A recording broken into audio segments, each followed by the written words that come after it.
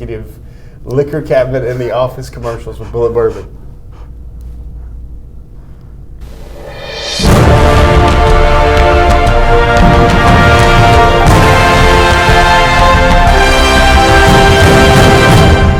Hello everyone and welcome to the latest edition of Before the Hedges, the UGA recruiting show. My name is Brandon Adams.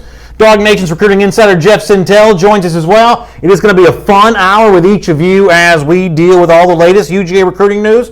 We're going to take a lot of your questions and comments over the course of our time here together today. And Jeff, we're going to give away a Kroger How About Them Groceries gift card before we're done here this afternoon as well. Yeah, we've got a new format for those, Brandon. What we've decided to do is this gentleman right here, he and I will survey the questions, kind of like Jake Fromm looking over the defense, and we will select the best comment. Could be a question, could be a comment. We will select the best comment of the day at the end of our program. So guys, get your question game up because we might be doing some How About Them groceries for you and your family to the tune of $50. And man, guys, the things you learn before a show. I'm sitting here talking to my man Brandon here. I know this guy pretty well, and he's a big fan of Mad Men, of all things. He watches that show like some folks watch The Office, and if you saw me smirking at the beginning of our show, that was the private joke I was digesting a little bit. Well, speaking of Mad Men, there'll be some Mad Men around Dog Nation tomorrow if it ends up being bad news with 2019 junior college defensive back DJ Daniel. He's set to make his decision. Let's start our program with that right there. As we now know the official details of this, Dog Nation going to be doing a very special live Before the Hedges presentation presented by Kroger tomorrow of DJ Daniel's decision. In fact, let me show you the details on that right now. We'll be on the air around about 1:40 p.m. Eastern Time tomorrow to talk about DJ Daniel. You'll be on the scene there at Georgia Military College in Milledgeville, Georgia. And, you know, Jeff, you've chronicled this a lot. Daniel, a little bit of an intriguing Georgia recruiting storyline in that it's not typical that Georgia would go after junior college defensive backs, but when you've got a player of the caliber of DJ Daniel, all of a sudden you do some atypical things, and in Georgia's case, maybe that's what they're doing. And they're not the only SEC school chasing down DJ Daniel. We'll give you more on that in a moment. But in terms of Georgia's involvement here, you've met with Daniel, you've seen him work one-on-one. It's easy to understand why Georgia's interested. Yeah, I kind of look at that. You know, Georgia, the big boy recruiting they've been doing of late, they're not in the lane of going to get junior college defensive backs, especially. I mean, Georgia, look what they took. They took 7 defensive backs in the 2017 class, and they did very well in 2018 as well. But they're not prone to go get junior college bodies for the secondary, for the skill guys. But when they look up DJ Daniel and they watch him practice, they watch him work out, they saw him smoke multiple 4.4 40-yard dashes on campus. They're like, yep, not taking junior college defensive backs, but we are going to take this one. And anybody wants to look for a player parallel there, everybody's fascinated by those in the world of recruiting. I think this guy could be an instant plug-and-play replacement for DeAndre Baker, should he choose the Georgia Bulldogs. And, you know, Brandon, I know there's a lot of Dog Nation urban legends from time to time about, hey, if Dog Nation's live, then that means something's going to happen good for the home team.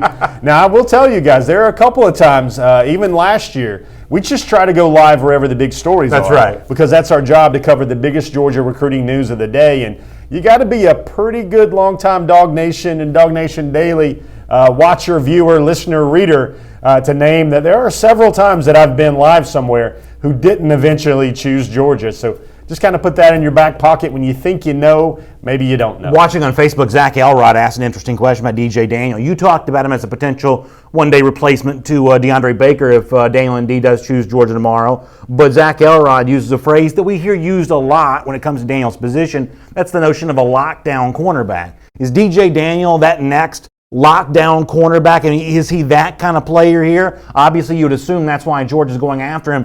But is that the kind of description you would use for Daniel as a defensive back? I think, Brandon, that's a good question. Thanks for that, by the way, sir. But I think the thing, I want to come up with a term called like Swiss Army Bulldogs or smart watches or something like that. And that's the term I kind of use privately for an interchangeable defensive back.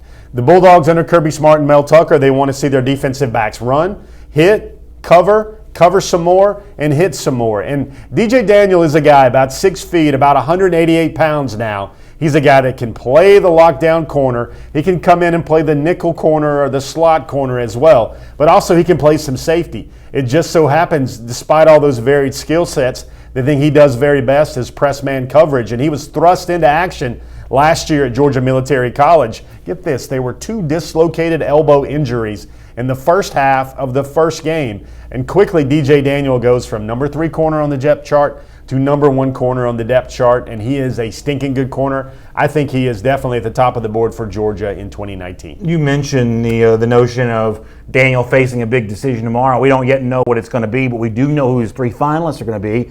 Daniel himself tweeted this out recently. In fact, as a reminder of our setup for tomorrow's Dog Nation coverage of DJ Daniel's announcement, let's show you who DJ Daniel has said his top 3 are going to be. You see Georgia there, you see Kentucky there, you see the South Carolina Gamecocks, and Jeff, we just talked about why Georgia likes DJ Daniel, but spend a moment here, if you don't mind, on the Kentucky story. We've seen Mark Stoops have some great recruiting success as of late in a place like Ohio. They've used Southern Ohio to the advantage there for the Wildcats. Coming into Georgia for a player of this caliber would be a little bit surprising. South Carolina may be a little less surprising. Gamecocks have had success in Georgia, even with defensive backs. You know, guys like Jamias Williams come to mind here of South Carolina coming in state to get a big-time defensive back commitment. So make the case or give the explanation for how Mark Stoops' Kentucky team, Will Muschamp's South Carolina team end up in the top 3 here. Yeah, good stuff there. And it's a lot of stuff a lot of people don't know about DJ Daniel. If you're in my business, excuse me, the business of information, you kind of want to know all the storylines and all the different facets of this decision. Look at Kentucky right there. Kentucky was actually the first school that DJ Daniel visited as a viable college prospect. He had a family member, his older brother actually, that was committed to Kentucky. Now, he didn't make it.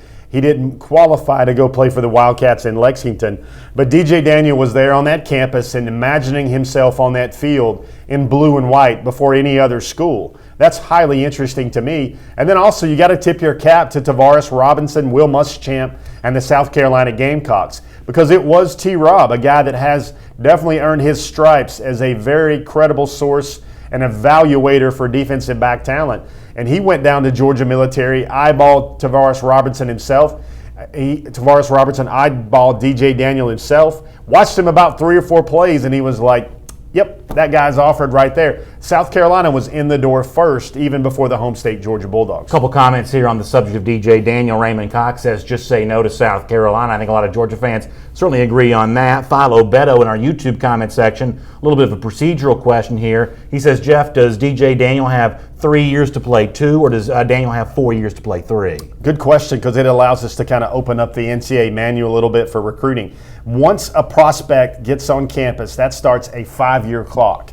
And you have 5 years to complete 4 seasons of eligibility. Now, of course, there are medical red shirts that can also come into play there where a recruit can petition for a 6th year. But DJ Daniel was at Georgia Military coming out of Spalding High School in Griffin. He enrolled last year. That was his first season. And then the second season will be this fall at Georgia Military. So if you're adding all that up, he will have 3 more seasons on his clock, 3 more years on his clock to play 2 more seasons of football in the Southeastern Conference, obviously by those 3 finalists. Let me get one more comment on this for a moment. I think it comes from John William Adams. It's actually a question. It's really interesting. He says, if you want to project ahead to next year, a couple of UGA hopefuls, at least on the perspective of Georgia for the 2019 class, DJ Daniel, that we'll find out about tomorrow, Tyrique Stevenson, more on him in just a moment, who we may find out about sooner rather than later. If you look ahead to 2019, is Daniel more of a ready-to-play right away guy than an elite high school recruit like Tyrique Stevenson would be? Daniel's a ready-to-play guy. No doubts about that. When you bring in a junior college guy, those guys are expected to play. He's a guy that's already played 2 years of big boy football in the junior college level. I still hold the opinion that the best football played in America by 18 and 19-year-olds, to me, looks like the ones that are played on the junior college level, because those guys were there because they were placed there because of their ability to play the game, not just for their academics. And DJ Daniel shows he can do everything. I personally watched him work out this summer in Milledgeville, and the young man clocked back-to-back 40-yard dashes in some very high green grass. I'm talking about the type of stuff you lose your golf ball in, Brandon. And he clocked off a range of 4.40, 4.42. I think one time even had him at 4.38. And the thing about one of those films that even former Georgia Bulldog George Foster pointed out to me on Twitter was like the young man didn't finish. He didn't lean in. He kind of let up. And if he would have just kind of attacked the day all the way through that finish line, probably would have clocked at 4.37, 4.38. So DJ Daniel, big, fast, physical, loves to get in a guy's face, loves to play that press man, and he's making his decision tomorrow. That is Jeff Sintel. My name is Brandon Adams. Thanks for watching Before the Hedges, presented by Kroger. It's great recruiting talk. We're going to have a loaded hour coming up for you here today. It's all presented by Kroger. By the way, I will let you know that you can come join your local Kroger chef coming up this Saturday for a guided kids cooking experience, including an apron, a patch, chef's hat, recipe card, a box, and a pizza cutter. It's all just for $7. And this particular week, Kroger's going to be featuring pinwheel sandwiches. It's this Saturday, August the 18th. You can go to KrogerChefJr.com for a whole lot more about that. You can also find the Kroger store nearest you and reserve your spot there at that website. I'll tell you what's coming up later on in our program here today. Many of you may have seen the report to DogNation.com, but the former five-star signee, Cade Mays, getting some reps with the number one offense here this week, at least during the visible media viewing period. We're going to find out a little bit more about K's going back to his high school film. A really great breakdown coming up with Mike Johnson on that subject. Also, I'm going to take an interview that Jeff did with Jadon Haselwood a couple of months ago, and I'm going to kind of use that as a setup for what Haselwood may be looking to see from the latest wide receiver to gain some eligibility at Georgia, Demetrius Robertson. That's fun. We'll hear from Jadon Haselwood here on our program in just a moment. But that's all coming up later on. For now, the commenter mentioned Tyrique Stevenson a moment ago. Let's talk a little bit about Stevenson right now, because I thought that Stevenson had, I'll call it a cryptic tweet if you don't mind. This is one of those that sort of gets your attention without really giving away a whole lot of details. In fact, Stevenson, many of you are aware, one of the top defensive backs of the 2019 class, and maybe one of the biggest remaining targets for Georgia regardless of position here. And obviously it gets your attention when Tyrique Stevenson tweets this. Let me show you here. Big news coming, he says. Stay tuned. And you see the emojis there at the end from Tyrique Stevenson. And obviously, a guy like me who's really fallen in love with Stevenson as a prospect, going to lean in on this. Jeff, is this a teased commitment announcement? Is he about to drop a top 13? I mean, what are we going to get from Tyrique Stevenson based on what you're seeing here from Stevenson on Twitter here? Yeah, that's interesting. Well, I know from talking to the Dream Chaser, all you guys out there that know what that means when he calls himself the Dream Chaser. One time he was committed to the University of Florida for about 8 months. And then maybe he saw some things that wanted to open back up his decision. He's probably been to the Miami campus in Coral Gables more times than my buddy here has been to the local Chick-fil-A right around the corner. Been to Georgia a lot, though, was at Georgia for the reveal as well. And he's told me to look for him to put out a top schools list first. He hasn't done that yet. I don't think Tyrique's going to be the type to put together a top 20 or a top 15 or a top 13. Might be a top 5, might be a top 7. But I think that's going to come first. And if he adheres to his timelines that he has maintained maybe throughout his decision, it looks like he's going to make his decision after the season. He's going to make that at like an ESPN ceremony, perhaps at an all-star game or something like that. Those are the current guiding posts, the guidelines for Tyrique Stevenson's decision. But as with all things with 17, 18, and 19-year-old boys, sometimes those are subject to change. But when everybody wants to watch for Tyrique Stevenson, I don't feel it's going to be a commitment decision coming anytime soon. I think that's the traditional go-to check down top schools list. So do you think, and I know you don't, obviously we don't know what the finalist number would be, if it indeed is that, is this a very narrow list of finalists you think for Stevenson, or are we not even to the point yet where we get enough to hold on one hand here? You might get a top 5, maybe a top 7. All I know is this. There are 2 schools that Tyrique Stevenson has always maintained that will get official visits that he will seriously consider until the end.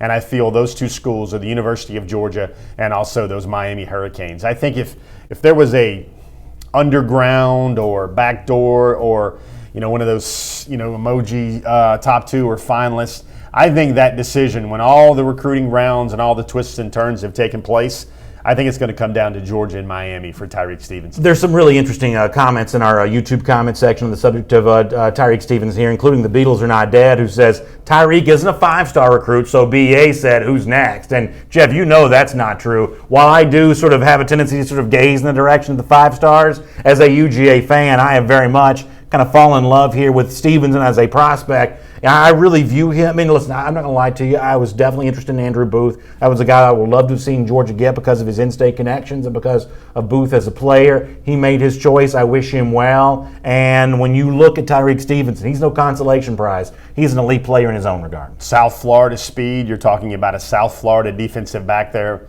Brandon. And the things to look at there is, again, I'm going to kind of repeat myself with that line about the DJ Daniel prospect evaluation. Tyrique Stevenson, I saw him at the opening with my own eyes. He played a back safety at a lot of times. He played up a lot of times. He was able to cover tight ends. He was able to cover the speed burners.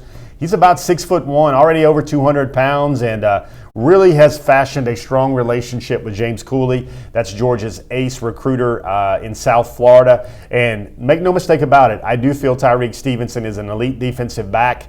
You look at the defensive backs Georgia has targeted and eventually signed, especially those that could play the corner position. I would put Tyrique Stevenson right up there with a Tyson Campbell, a Richard LeCount, a D'Angelo Gibbs, some of the very finest defensive backs Georgia has signed in the Kirby Smart era. And then one more thing to think about with Tyrique Stevenson as well is just, again, he could be a safety. Is he a corner?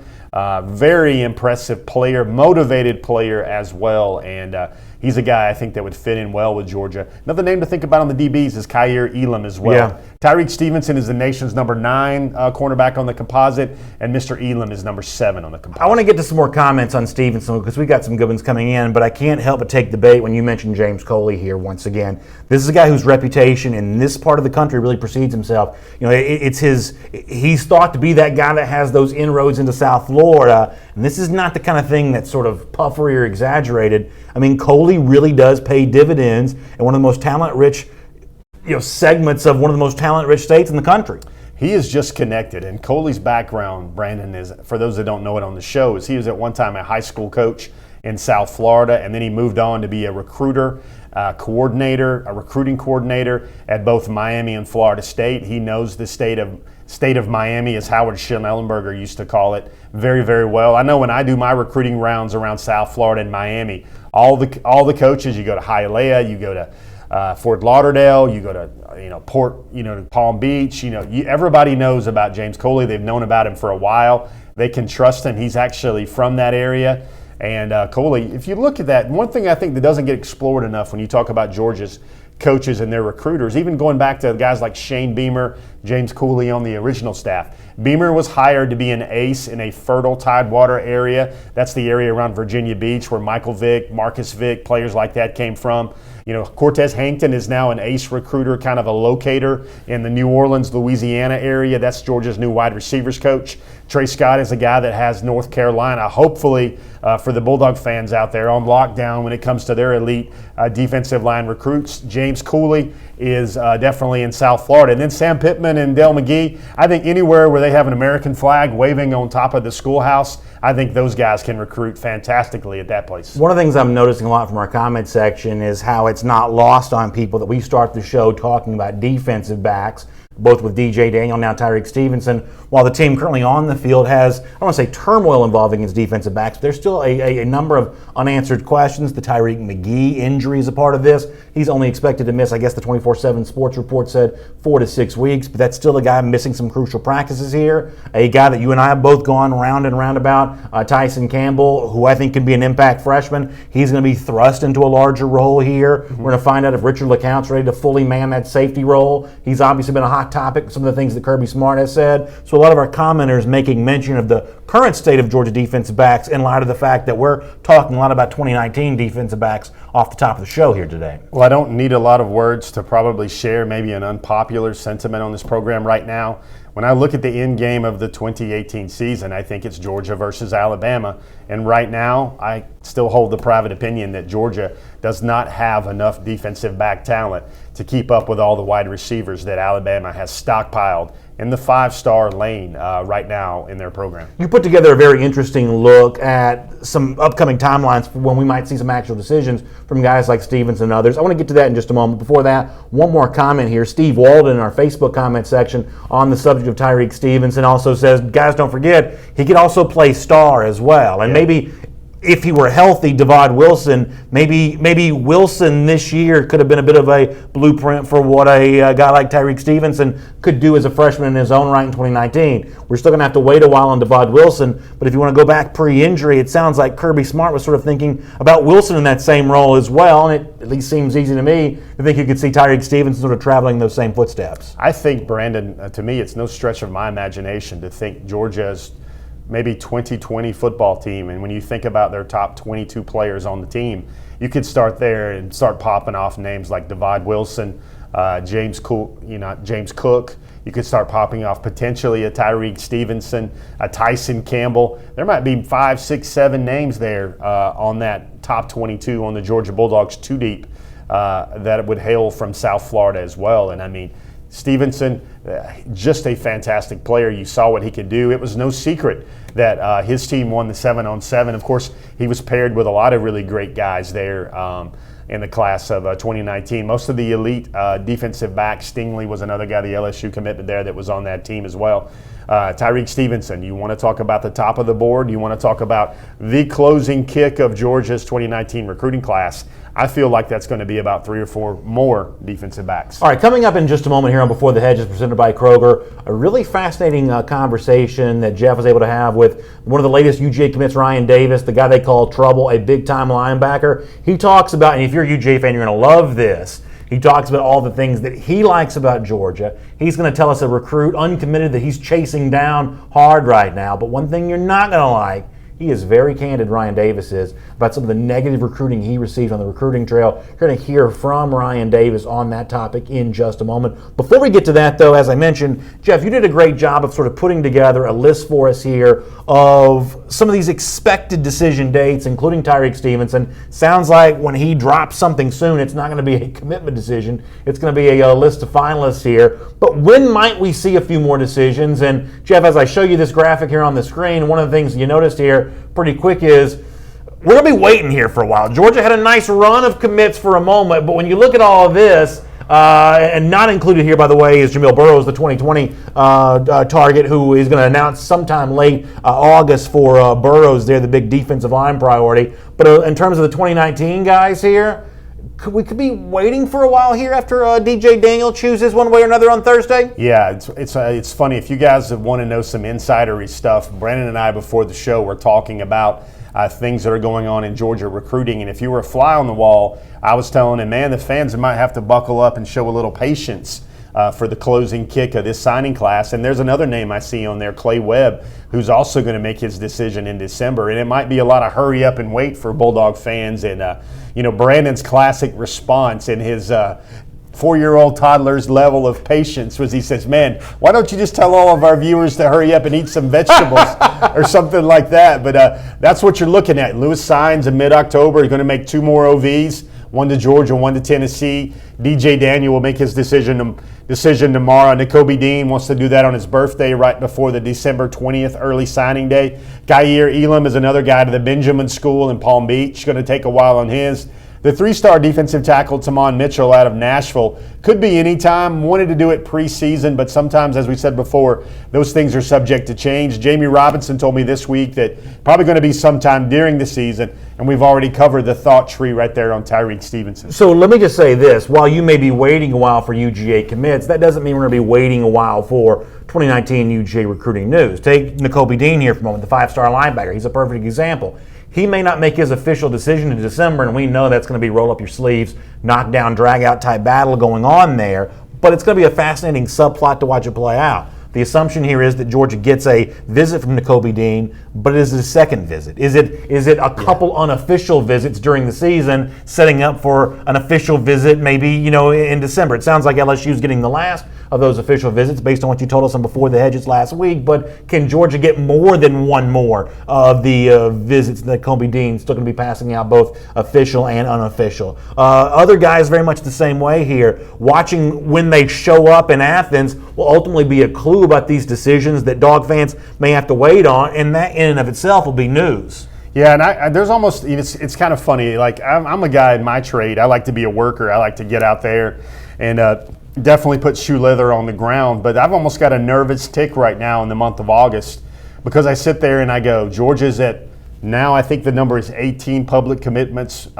maybe 19 public commitments with the recent status upgrade for Tramel Walthor. But maybe there's 6, maybe there's 5, maybe there's 4 guys that are left remaining in the class. The majority of those guys would be out of the state of Georgia. And to me, it's almost like a lot of the hurry up and grind is going to be on the 2020 class right now. When you look at 2019, it's going to be when the guys are going to visit, when are they taking their unofficial visit, when are they taking their official visits. But the thing to watch there, I'm always going to tell you guys to check down to this. I say follow the visits a lot. Maybe we should put that on a t-shirt one day. But also maybe there's a subculture there now to look at. Follow the December visits. That's when Georgia likes to make their hay right before the new early signing period. And it's just different to think about where, I would look at Georgia's class right now and maybe there might be, in wildest case scenarios, maybe 2, maybe 3 guys that maybe fall off. But there may be not a whole lot of attrition, at least I'm seeing on this commitment board right now. So it creates a weird feeling for a recruiting reporter and a recruiting analyst knowing that there may be 10 to 12 names in the nation vying for those 5 or 6 more spots for the Bulldogs in 2019. So in our Facebook comment section, Terrence Eberhard brings up an interesting point. He says when you look at that list of targets, you see a lot of defensive names.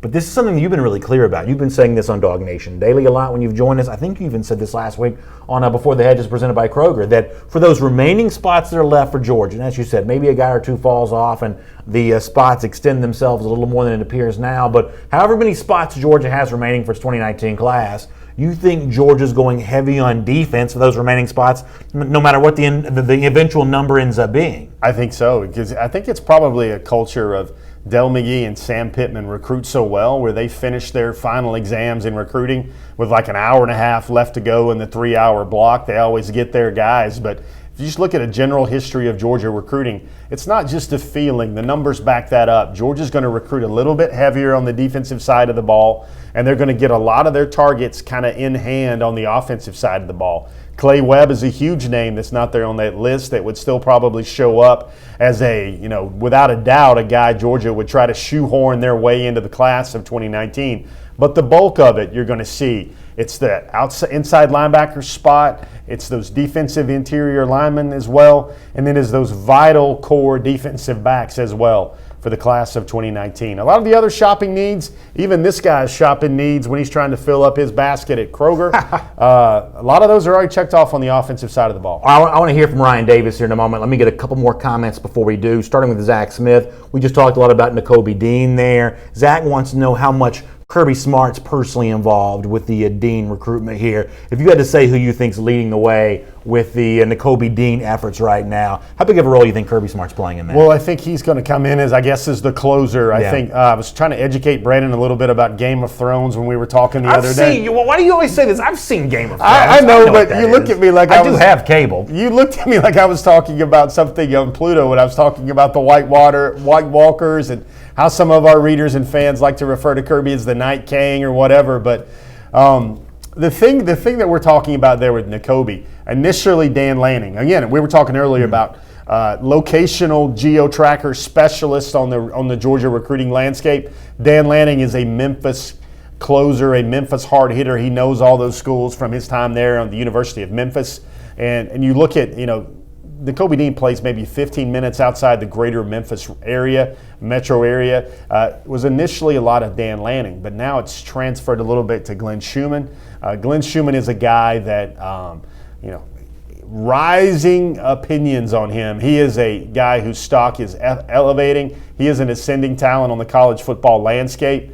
And a lot of that had to do with maybe a lot of that good work he did with Roquan Smith. He could point to that guy. He can point to that guy's film and say, buddy, I can get you there right now. And, Brandon, one thing as we start talking about Ryan Davis a little bit, I'm going to challenge everybody out there. If you want to have grab your popcorn, go watch some film, make sure you watch Ryan Davis's junior highlights. I mean, that sucker is everywhere. That cat, I'm going to guarantee you look at the first 20 highlights on his tape, and you could say every one of those is like, man, I would love to have that guy at the University of Georgia. I will say this, Jeff did a great job of putting a link to those in one of his most recent Centel Intels at dognation.com. When you read Jeff's piece on Ryan Davis, you can see some of those highlights in there. And I had a chance to watch some of those myself, and it is really amazing to watch how Davis is just blowing through would-be blockers and really showing a level of physicality and speed that makes it very easy to understand why he chose the University of Georgia. In fact, we'll hear from Ryan Davis coming up in just a moment. Before that, let me remind you, that's Jeff Sintel. My name's Brandon Adams. This is Before the Hedges, presented by Kroger. We do weekly recruiting talk for you here on all the various Dog Nation video channels. We'd love to hear from you in our questions and comments section. In fact, Jeff today, before we're done, is going to pick a winner for what he likes to call the How About Them Groceries Kroger gift card giveaway. Jeff, you're looking for a great question or a really insightful comment. We'll select a winner here today when we're done. Yeah, we are. I think one way we'll do it is we're going to turn things around a little bit faster, maybe play Hurry Up, How About Them Groceries or something like that. And what we're going to do is Brandon and I will kind of look at the landscape. We'll look at all your comments. We'll look at all your questions. Doesn't even have to be a comment or a question. And the best one today, you and I will decide before we sign off today. And that's the person I'm going to say, how about them groceries to? And you're going to get $50 from your local Kroger. Well, speaking of Kroger, one more quick reminder here. We want you to make plans to be with us on Thursday, August 23rd. We're going to be at the brand new Kroger Marketplace in Cumming right there on Bethel View Road. This is a beautiful facility. They've got one of those really cool crowbars. It's a bar inside Kroger. Who even knew that was possible? We were at one last year, though, and we had a great time. We're looking forward to being up and coming to start the season here this year on Thursday, August 23rd. Jeff's going to be there. And listen, Jeff dishes a lot of intel on shows like this, but when you get him off air and you get him sort of talking, Jeff has a tendency to get a little loose lips. So if you want to know the real inside scoop on the 2019 UGA recruiting class, one of the best places to get that is Thursday, August 23rd for the Dog Nation season kickoff right there at the Kroger in Cumming. I cannot wait to be there. Kevin Jones in our Facebook comment section says Jeff loves the crowbar. Jeff and I both love that. We're really looking forward to being there coming up on Thursday, August 23rd. All right, with that said, let's talk a little bit about Ryan Trouble Davis here,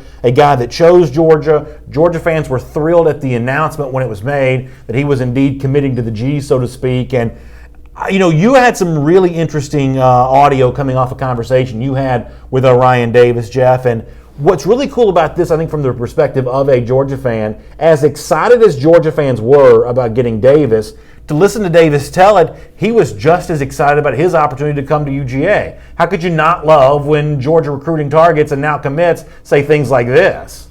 It's like no other place. I mean, there's no reason why not to pick it up. I don't know. I don't know how to explain. I couldn't find anything wrong with it.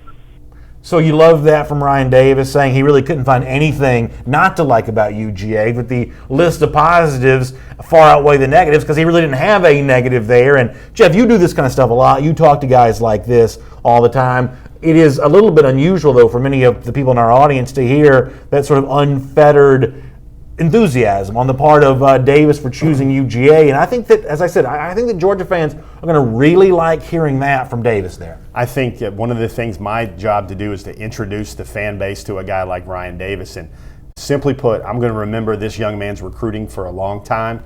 If you're doing this business like I am, I'm not the guy that comes out, tell me your leaders, tell me this, because you're going to sound like every other hack that covers recruiting.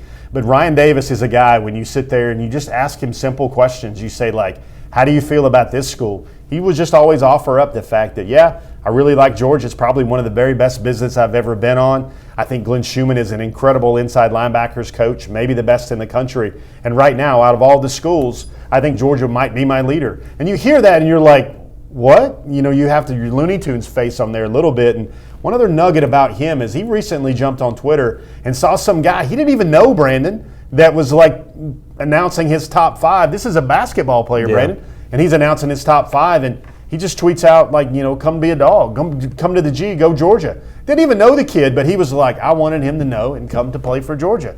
Sounds like a lot of fans right there. Yeah, listen, Tom Green will certainly take that help every day of the week. Tom Lee also in our YouTube comment section pointing out that Davis is another one of these prospects from the state of Florida. You know, we went round and round about this last week. I like it when Georgia does in-state recruiting, but I like it even better when Georgia gets elite prospects. And Davis, another example of going into the Sunshine State to do that. Yeah, he is a guy. You know, I was a guy, like I said last week, my opinion's changed on this a little bit.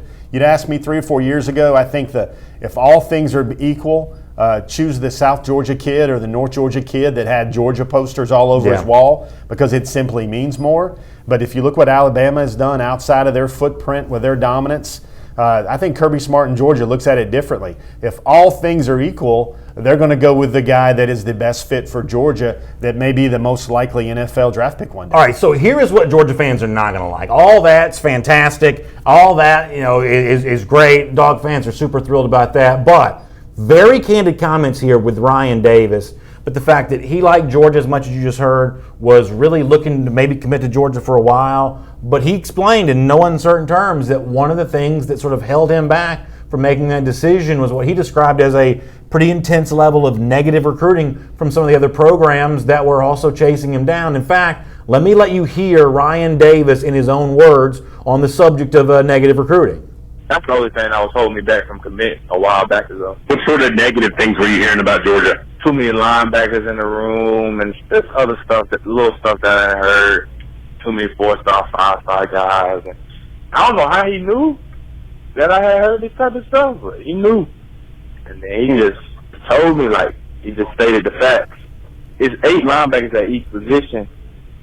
And it's 4 leaving next year. He was like, what's different for me and all the other linebackers that they recruit is I have the ability to play all 4 positions. So that's what they were saying. So they were I got the best chance coming in to get in there and play. So I guess to a certain extent this is to be expected. I mean, after all, recruiting's not beanbag, right? I mean, this is a full contact sport here. But, if Georgia fans want to have any kind of reality about what a lot of the Georgia targets are hearing out there of why would you want to go to Georgia? They've got so many linebackers. They're all sort of, better than you. At least that's the sense that you get from that level of negative recruiting of, are you really sure you can play at UGA? Look at the success they've already had. To hear Davis be so outspoken about exactly the kinds of messages he was receiving, I think that's the kind of thing that Georgia fans are going to raise their eyebrows a bit. Now, listen, as we said, all is fair to a certain extent when it comes to things like this, but it's not pleasant for UGA fans to realize just how intense some of this stuff gets from time to time. Well, he's going to still, the schools say, they're still going to recruit him until he puts his name on some paper because Ryan Davis is just that good a prospect. He's the number 68 overall prospect, the number 5 outside linebacker. He's going to be an inside linebacker for the Bulldogs in Athens. And, to me, it's just an example. I think you hear Kirby Smart in the back of your mind saying negative recruiting does not work for Georgia anymore because he's found in his years of experience that a kid you have to bring up negative things about another school to entice is not the guy you want long-term in your program to be a difference maker, to be a locker room guy, and to be a team leader. He's simply the best way to recruit for Georgia going forward is now just to say things like, this is why we think you're the best out of all the other great schools that are recruiting you. And I thought it was funny, that conversation, a little bit of context there, was Ryan Davis was explaining what it was like. He said Kirby Smart somehow knew what was going on in his head without him telling him that if you're hearing this about us, about other schools involved, this is what it is. We don't have 16 inside linebackers. We have 8 linebackers, outside linebackers, 8 inside linebackers. We're scheduled to lose 4 over the next year. You can play any of the 4 linebacker spots at the University of Georgia because you're so versatile, and that's why you would have a chance to play right away for us. So another thing we're going to hear from Ryan Davis here in a moment, he gets very specific about a recruit that he's targeting. You're going to love this because it's a name on the list for many of you as well. We'll hear Ryan Davis in his own words about that in just a moment. Let me take a couple comments before we get there. Rick Poff, very nice words. He says, BA and JS, that's me and Jeff Sintel, are our 5-star Georgia football recruiting sources, stacking up intel like Core would. Rick, we really appreciate that. Jeff, I know you feel the same way. It's nice to hear people enjoying this brand new edition of Before the Hedges here. Yeah, one thing I'll say, Mom and Daddy raised me right, Grandma and Grandpa raised me right. I'm never a guy that says, hey, look at my work, or we told you this, or we told you that. We want our work to kind of stand out on our own. But one of the things Brandon and I talked about when we rebooted this show in this new world order for Dog Nation and Cox Media Group is we said, we're going to come with it, and we're going to bring you guys a little bit more with Before the Hedges than you guys have ever seen before. And it is go time. It is the season. And BA and I have gone through training camp. We're going through our 2-a-days and everything else. And simply put, if you like what you're seeing, maybe drop a like comment, maybe share it across your feeds as well, because that lets us know that we're creating the type of stuff you guys want to see. TJ Smith, I love this comment. He says, is what you guys do really considered a job? It seems like just an extension of sitting around your Athens apartment talking football. And That's certainly the way that I feel it to be. Whether it be Dog Nation Daily or before the Hedges here, I think you and I both genuinely enjoy these conversations, and I will tell you that the ability to sort of extend the conversation beyond just the studio we're at to you in the comment section, for me that ends up being one of the most fun parts of this. The fact that we can take questions, we can sort of rattle off opinions about these various prospects, and we can make it feel like that sort of sitting around a tailgate or sitting around an apartment. I mean, that's the vibe that I think you and I both have always tried to go for. Yeah, we've tried to just talk to you guys like we're sitting at a tailgate together, and we're around a cooler, and we're somebody's got some really good hot wings or something they just smoked that came off their big green egg or what have you. But to me, simply put, I don't think our job here at Dog Nation stops when a guy commits to Georgia. I want you guys to be educated and informed about the players you're cheering for, and that way maybe when you have a fan favorite coming in, even before he's played a down for the University of Georgia, that's how guys like me and Brandon feel like we're doing the jobs we're charged to do. One more quick comment. Zach Elrod asked about Ryan Davis, the guy we've come in the midst of hearing from here. Can he play inside linebacker at Georgia? Is that I know he in his own words said he can play all those linebacker spots, but is there a spot inside or outside that you project him at a little bit more fluently? I'm going to say inside linebacker simply because Georgia's got some dire wolves over there at outside linebacker. And that's a Game of Thrones reference my man Brandon, I think, gets or whatever. But I'm going to tell you this. That's because Jermaine Johnson, Britton Cox, Adam Anderson, Azeez Ojulari, and Jermaine Johnson and Nolan Smith are all playing outside linebacker. And I think if you just look at that Ryan Davis film, treat yourself, guys, to that Ryan Davis film and watch him kind of take off like a heat-seeking missile. He's making pass rush. He's dropping back in coverage. He's laying the good lumber on somebody with the hit stick. He's rushing the passer. He's moving very well at 6'3" and about 230 pounds, scoring touchdowns, plays defensive end, plays running back for his high school team. And there's a little treat for him if you want to really get to see Ryan Davis. Dropped that in the intel the other day that, oddly enough, Ryan Davis and his Wekiva, Florida Mustangs are going to be in Gwinnett. They're going to be in North Gwinnett on August the 31st, playing the defending state champion North Gwinnett Bulldogs. I mean, that's basically a Jake Fromm bomb away from the campus at the University of Georgia. How odd is it you'll get to see a Georgia commit from Central Florida playing inside Metro Atlanta in August? Well, you mentioned the idea of treats, and obviously one of the things that would be a big treat for Georgia for its 2019 class, at least from the perspective of many fans, is to add the four-star safety Lewis Cine into the mix here. And Ryan Davis, a good friend of Cine, let you know that that's one of those targets that he's looking forward to chasing down here and absolutely putting the full court press on to be a part of this class indeed. In fact, he wants a time of visit around when Cine comes to UGA. Here is what Ryan Davis told you about how hard he's working on the four-star safety Lewis Cine. Take a listen to this. I'm recruiting right now. My assignment is Lewis. I'm going to get him there. After he takes his official up there, I'm going to make sure I'm there. And I'm going to just work my magic.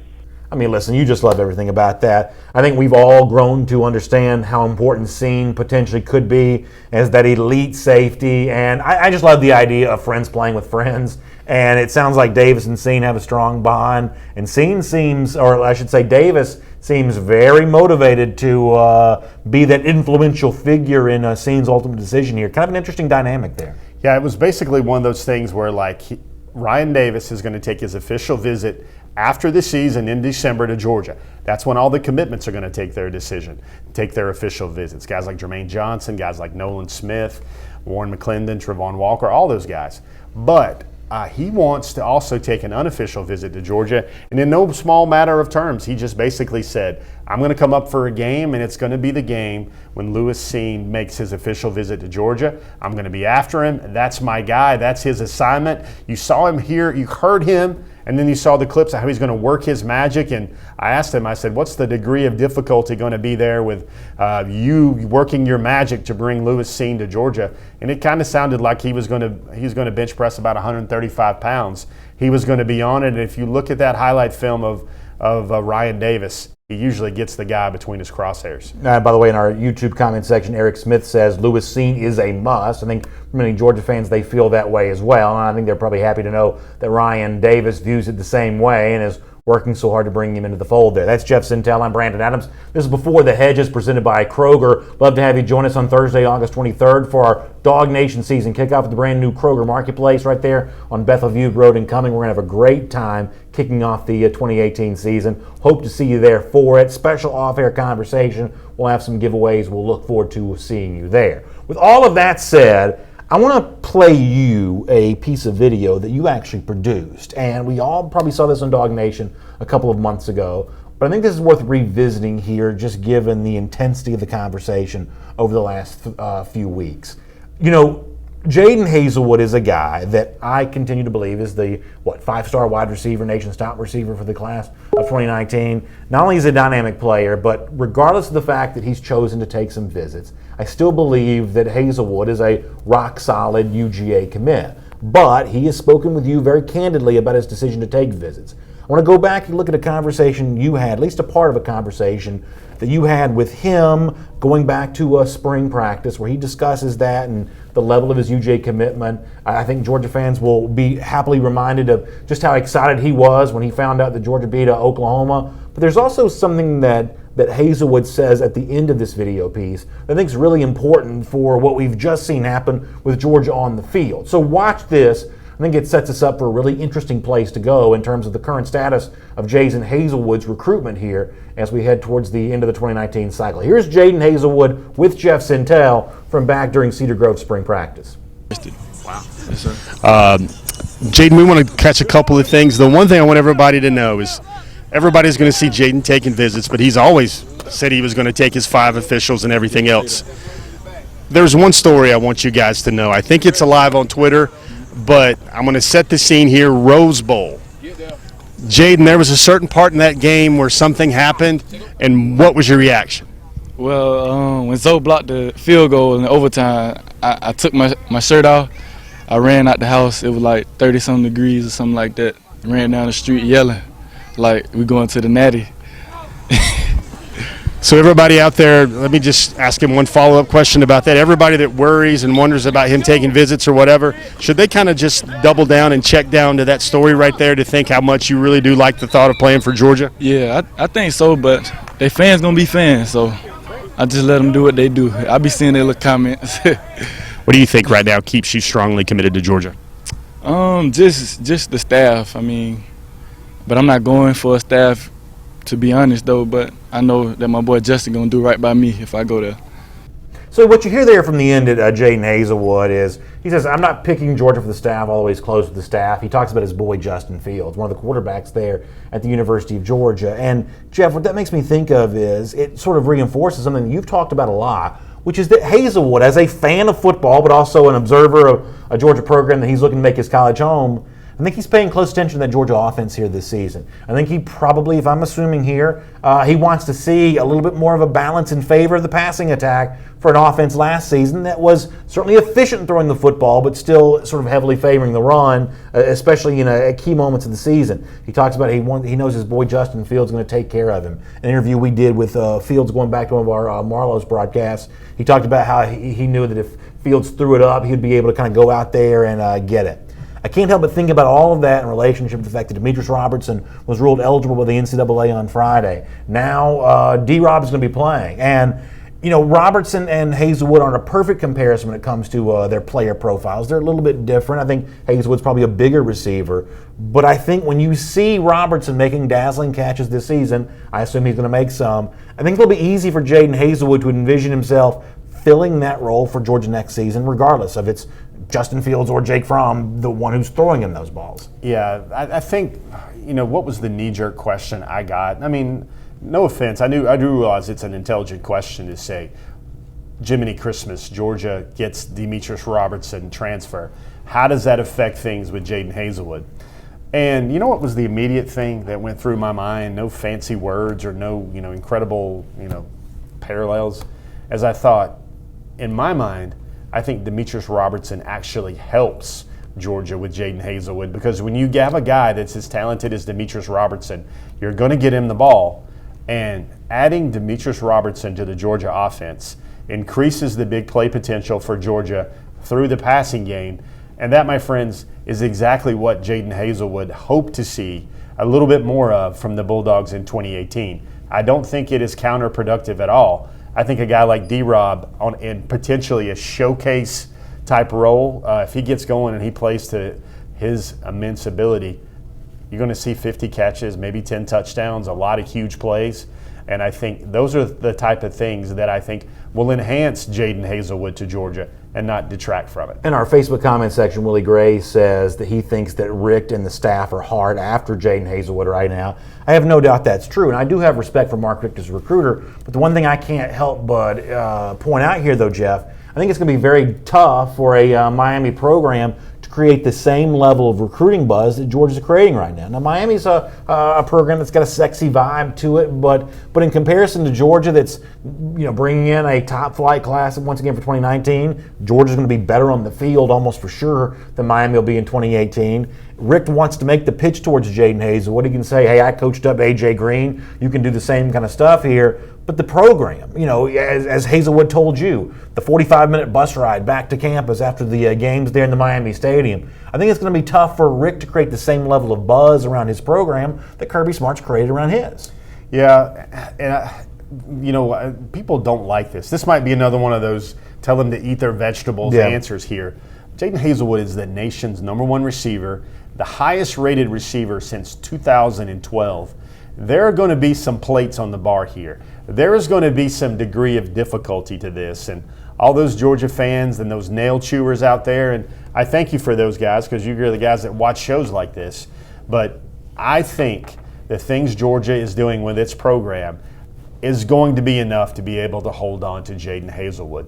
He basically told me I had a very candid conversation very recently with Haselwood, and he says, just be honest, just play at the level that you're at right now, and he will still be that kid running out of his screen door in stinking cold weather, screaming at the top of his lungs that Georgia was going to beat Oklahoma in the Rose Bowl. The thing that always strikes me about that story, and it's a reporter's story, it's something that it just catches your ear and you have to write about, but Jadon's steadfast belief in the University of Georgia was so strong. I don't know how many Georgia fans out there watching that did this.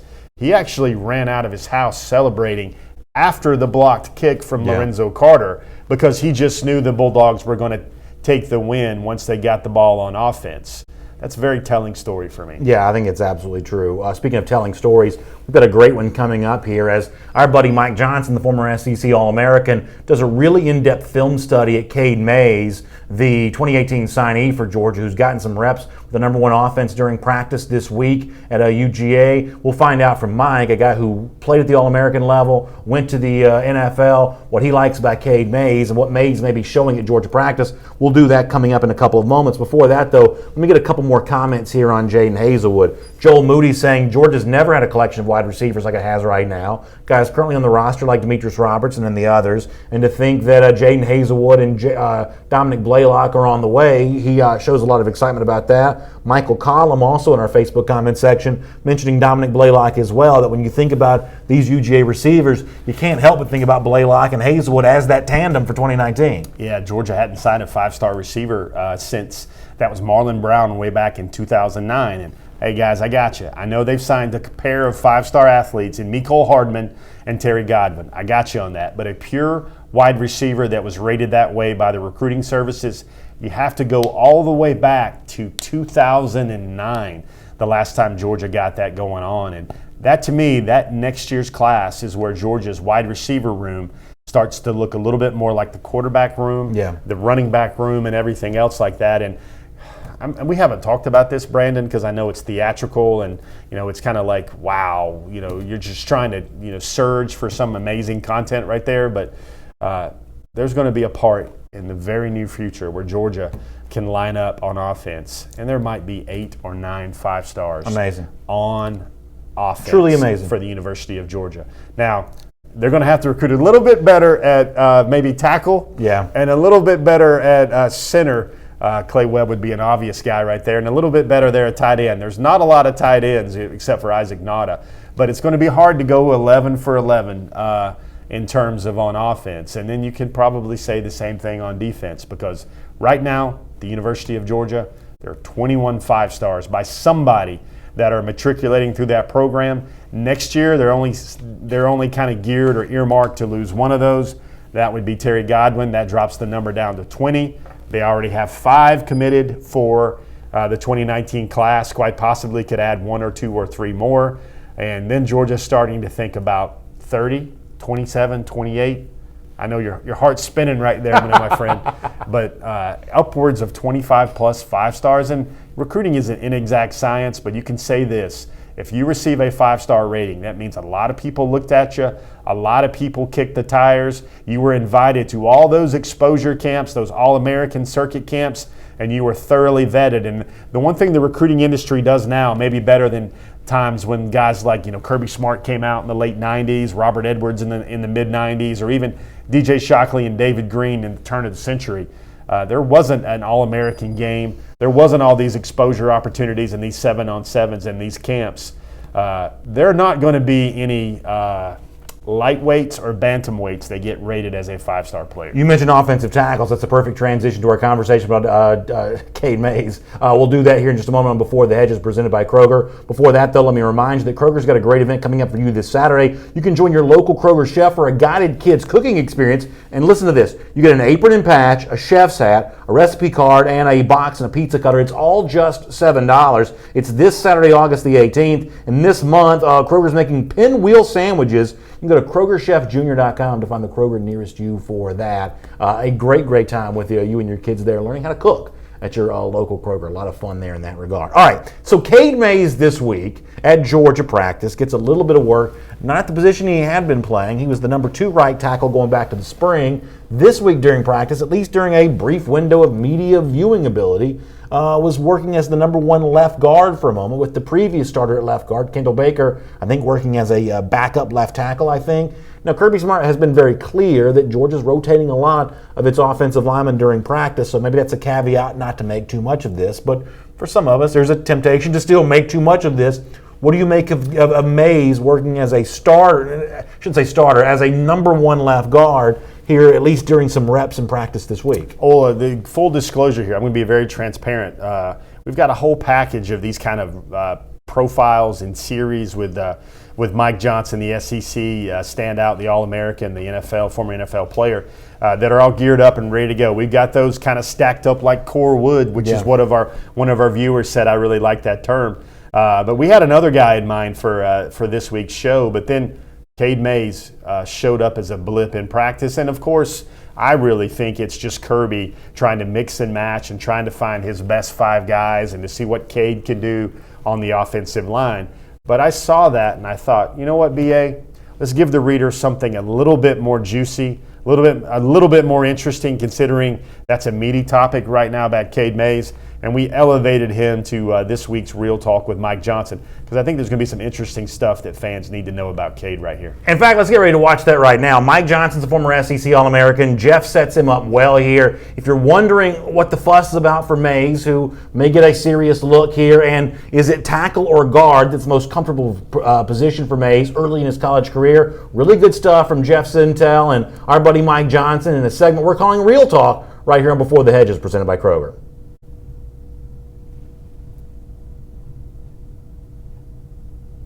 All right, guys, another edition of Real Talk. Mike Johnson, the man here. We're going to change it up for you a little bit of audible. We've shown you prospects and commitments so far. Now we're going to look at some of those guys that are already at the University of Georgia, those elite signees. Let's start with Cade Mays right here. And Mike, what do you know about Cade right off the jump? Well, watching some of his high school film, you really jump in and you think, okay, maybe a guard at the next level. Elite strength, a pretty good foot speed, but I don't know if when I saw him on high school film, if I thought his foot speed was good enough to really be an elite tackle in the SEC.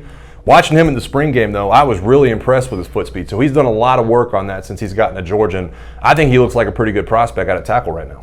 All right, now let's check this film. Right now, Cade Mays battling with Isaiah Wilson for the right tackle job, running second team. And Mike, you mentioned the spring game. Where have you already seen him make strides from what you saw in spring to this film right here? Well, it's his ability to move laterally. I think it's what's so tough when some of these tackles come to the next level, and its ability to really change the direction of your movement laterally. You talk about running guys around the hump when you have defensive end rushing with that next level speed in the SEC.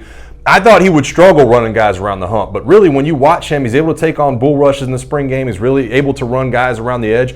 I thought he looked like a starting caliber offensive lineman. Now, you're going to see some of the violence, he plays with in high school, and obviously, you're going to love that edge. He's going to have to tone some of that down a little bit. But I like him as a player so far and what I've seen of him at Georgia, and this film right here just kind of details that. Mike, is he one of those guys maybe that at a lot of programs he might be an instant starter, but maybe not at a place like Georgia? What do you think the things that are getting him on the field fast? Well, I think definitely when you point to him as a tackle, you look at 10 other programs in the SEC and you say, okay, that guy's got the foot speed to where he could be an elite tackle at that place and would start in game one, year one. But when you look at a place like Georgia with all the talent they have on their offensive line right now, he does have to get better in certain aspects. And I thought the challenging aspect, like I said, I thought would be his foot speed, his ability to move laterally, kind of shuffle his feet side to side, making sure he's keeping all his cleats kind of in contact with the turf.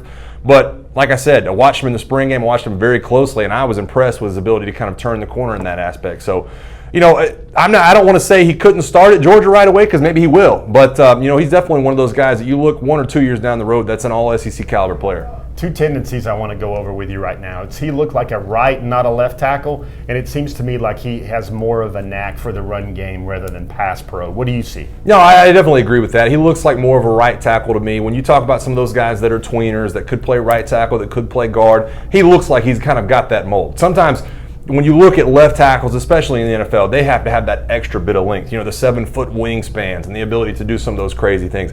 I don't think that's him right now, but I do think he can be an elite level tackle. I do also think he's better engaged in the run game right now, and that comes to keeping your head out. That comes with some of his ability and his physicality and his upper body strength. Sometimes when you have that elite upper body strength in high school, you don't worry about it as much. You can just, kind of clothesline guys and kind of move on to the next level. It's not going to work in terms of Georgia and college football. So getting kind of his head out in that passing game is going to be really what sends him on to the next level. Mike, one last nugget here on Cade. If you're looking at him on film right here, what's the chink in the armor? Where do you think a high school or a really talented college lineman could get him coming into Georgia? Well, I think and I don't want to say he gets lazy with his hands because he's not lazy with his hands, but his technique with his hand use is just not that great. You see him kind of overpower people to where kind of gets one hand in the chest, maybe grabs around the shoulder pad. That's a holding penalty all day long in the SEC. That's something, his hand placement really is what kind of sticks out on film.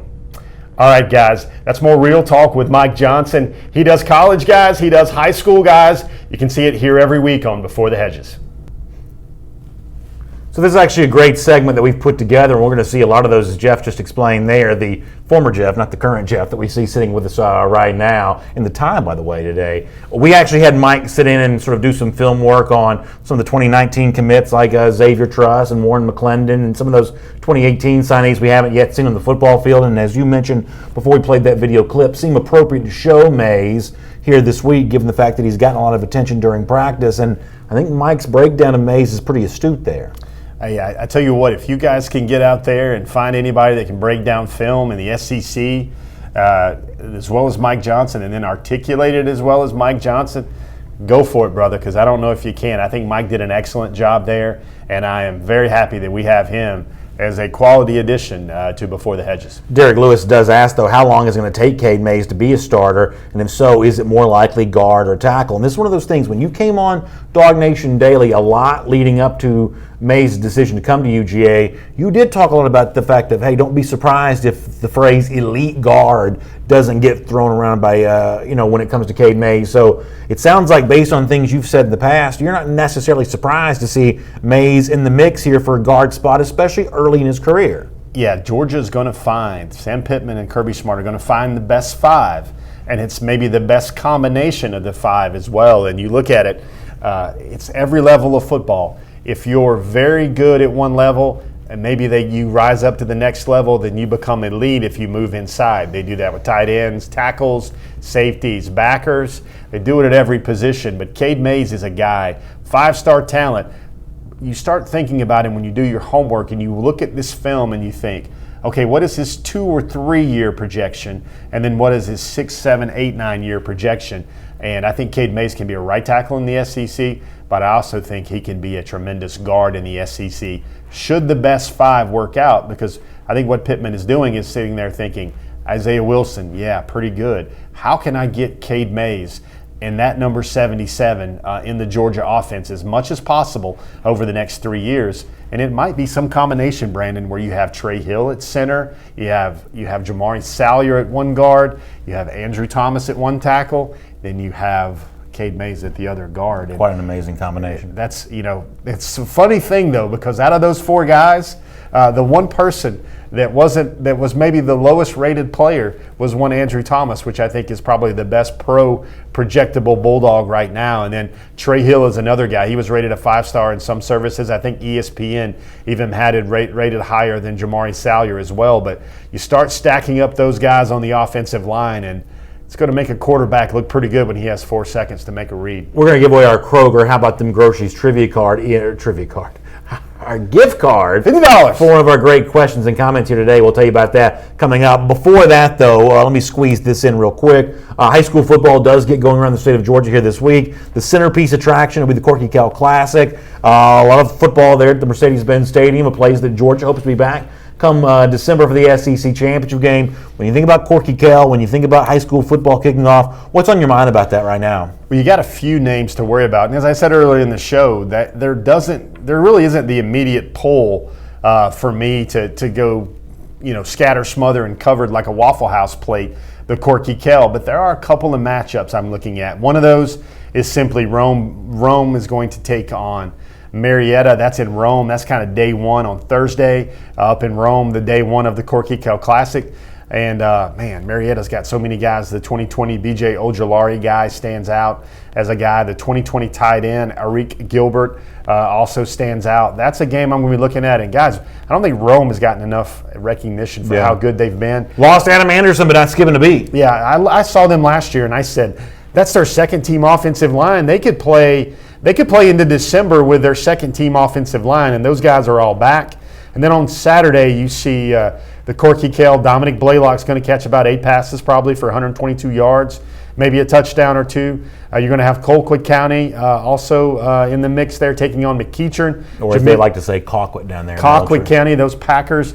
McEachern will have the 2020 target, the defensive line target, Jamil Burrows, who makes his decision later this month. But an under-the-radar game I'm going to have my eye on is going to be Hillgrove versus Douglas County. Hillgrove has Miles Murphy, I think top 5 guy when I start putting together those 2020 most wanted lists for the Bulldogs. Miles Murphy, the defensive end at Hillgrove, is definitely going to be on there. And then they've got another talented guy at Douglas County in the 2021 class as well. A lot of big games coming up for Georgia as high school football is here, guys, but also let them know what we're going to be doing tomorrow, Brandon. Absolutely. Tomorrow starting at 1:40 p.m. or right around 1:40 p.m., Dog Nation going to give you live coverage of the commitment announcement of the junior college defensive back, DJ Daniel, from his junior college home there at Georgia Military College in Milledgeville, Georgia. Jeff on the scene there live. I'll be right here in our Dog Nation World Headquarters studios. We'll be leading you up to the choice as Daniel decides between Georgia, Kentucky, and South Carolina. This is going to be a great live video presentation tomorrow. We're really excited about covering it. And obviously, Georgia fans have those fingers crossed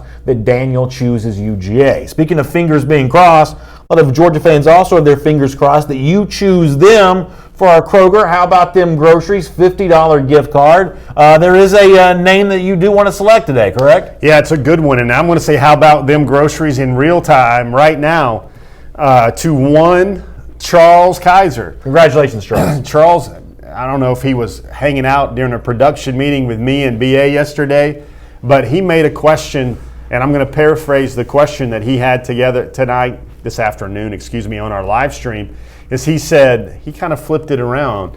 He said, what about Alabama's ability at their cornerback position to cover all of Georgia's wide receivers? It's a legitimate question right now. That was actually what I said to Brandon. I said, I always keep bringing up how will Georgia cover Alabama and Tua Tagovailoa, all those receivers, all those 5-stars along the field. But then I said the one thing that probably is undiscovered country right now is how will Alabama, who basically retrofitted their secondary as well, adding a bunch of corners in the class of 2018 as well. There's going to be a lot of young names there as well, a lot of young guys there as well. It's going to be a matchup worry for them as well, trying to cover all those Georgia receivers. So Charles, my friend, How About Them Groceries? You're our $50 gift card winner for this week.